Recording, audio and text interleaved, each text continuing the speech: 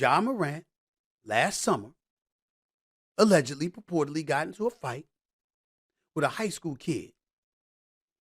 Went after knocking him upside his head with the same friend who was with him this time. He went in his house and came outside with a gun. There's still an investigation about that.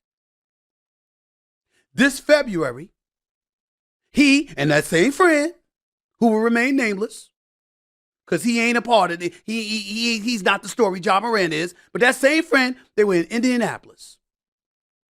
And there was an investigation made by the NBA because apparently his friend got into it with members of the Indiana Pacers party, which included security, and allegedly a red laser gun was pointed at them. Ja Morant was in that SUV. They couldn't prove that Ja Morant did that, so they kind of let it go. Then you had in March the incident where Ja Morant is at the strip club in Colorado. I forget the name. We're at the strip club, okay? And because he's at the strip club doing his thing, making it rain, waving a gun, Memphis said, yo, suspension. NBA ultimately supported it. 8 games, over $600,000 it cost him. He's supposed to be done with that. April, he bounced out of the playoffs like by LeBron and AD. And now here we are in May. And it happened again. Ladies and gentlemen, there's no excuse for this. I'm not saying it to berate Ja Morant. I'm rooting for the brother. He's a superstar. The game is better because of him. He's box office. You want to see this brother play. I was in attendance when he dropped 45 on the Lakers in a game they lost, by the way. I was there. The brother's special. And he's box office. But I don't want to hear anything at this point about his daddy. I don't want to hear anything at this point about his friends. I don't want to hear anything at this point about the Memphis Grizzlies or any kind of enablers or whatever. You're 23 years old. If you committed a crime and harmed somebody, they try your ass as an adult. This is what it is. Stop making excuses. Everybody want to sit out there, and this is how we enable people, because we want to sit up there and say, you got folks on out there, Ja, do your thing, bro. Live your life. Really? Really? Where that going to get them? Where's that going to get them? What kind of advice is that to give? It's counterproductive.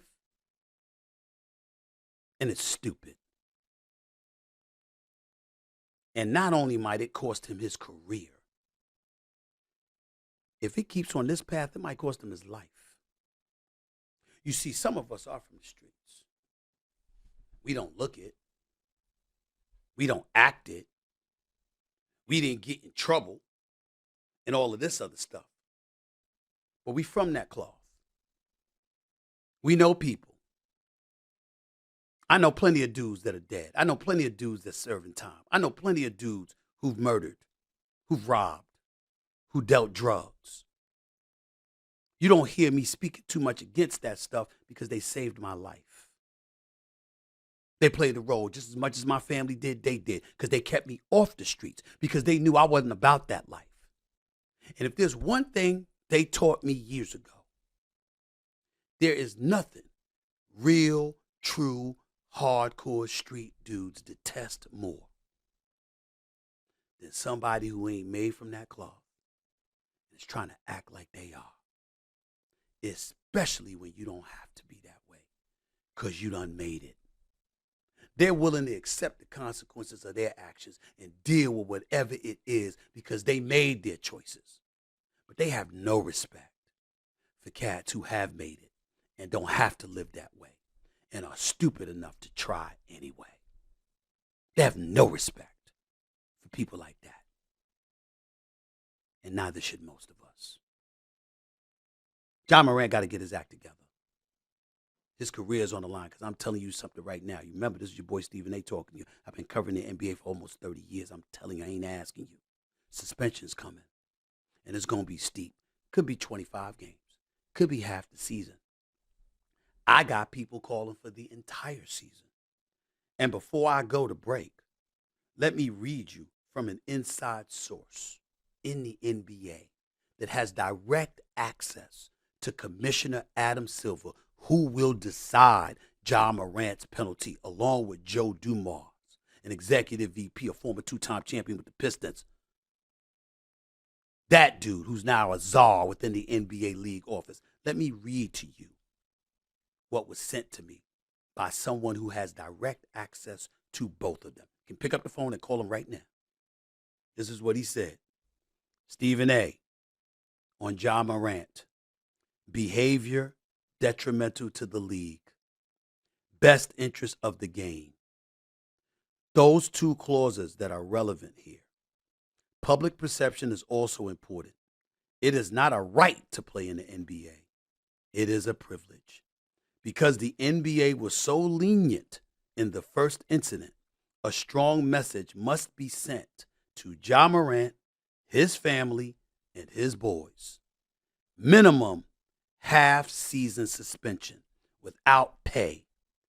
And if continued misbehavior exists, potential loss of his guaranteed extension.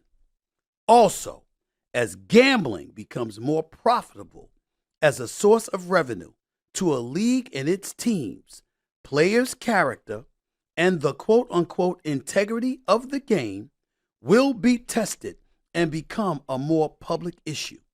So the message of prevention of an outside force ever negatively affecting the outcome of a game must be delivered emphatically. That is what Ja Morant is facing. You still think it's a joke? Think again.